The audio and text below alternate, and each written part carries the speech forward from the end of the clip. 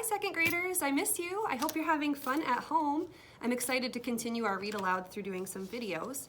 And today we're going to practice the skill of comparing and contrasting two of the same fables that we are going to read together.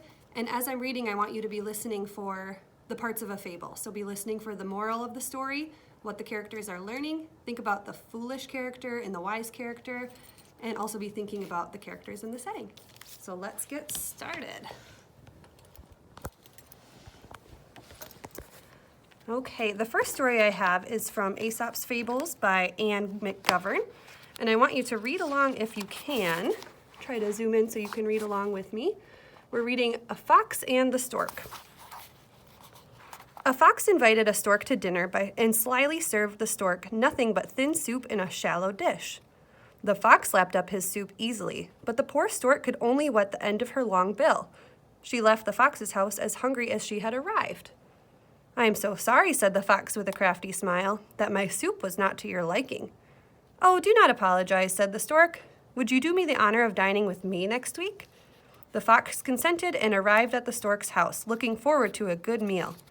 But to his supreme disappointment, he saw that the soup was served in a long jar with a narrow mouth. The stork thrust her long neck and bill into the jar and thoroughly enjoyed her dinner. The fox could only lick a few drops around the neck of the bottle, but he did not dare to find fault with the stork.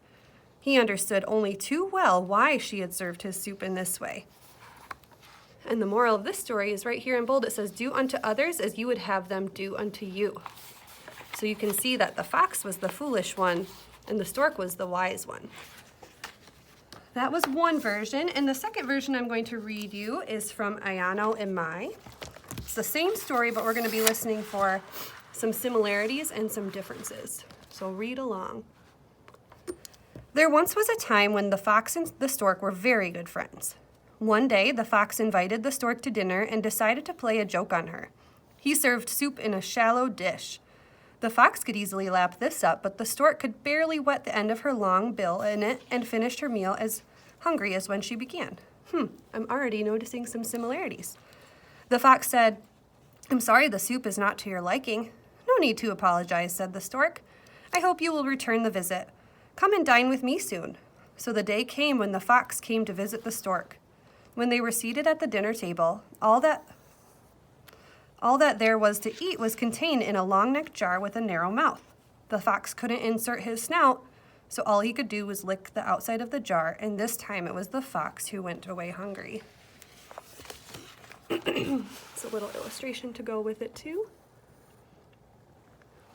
So as you can see, both of the stories had that same lesson: do unto others as you would like them to do to you.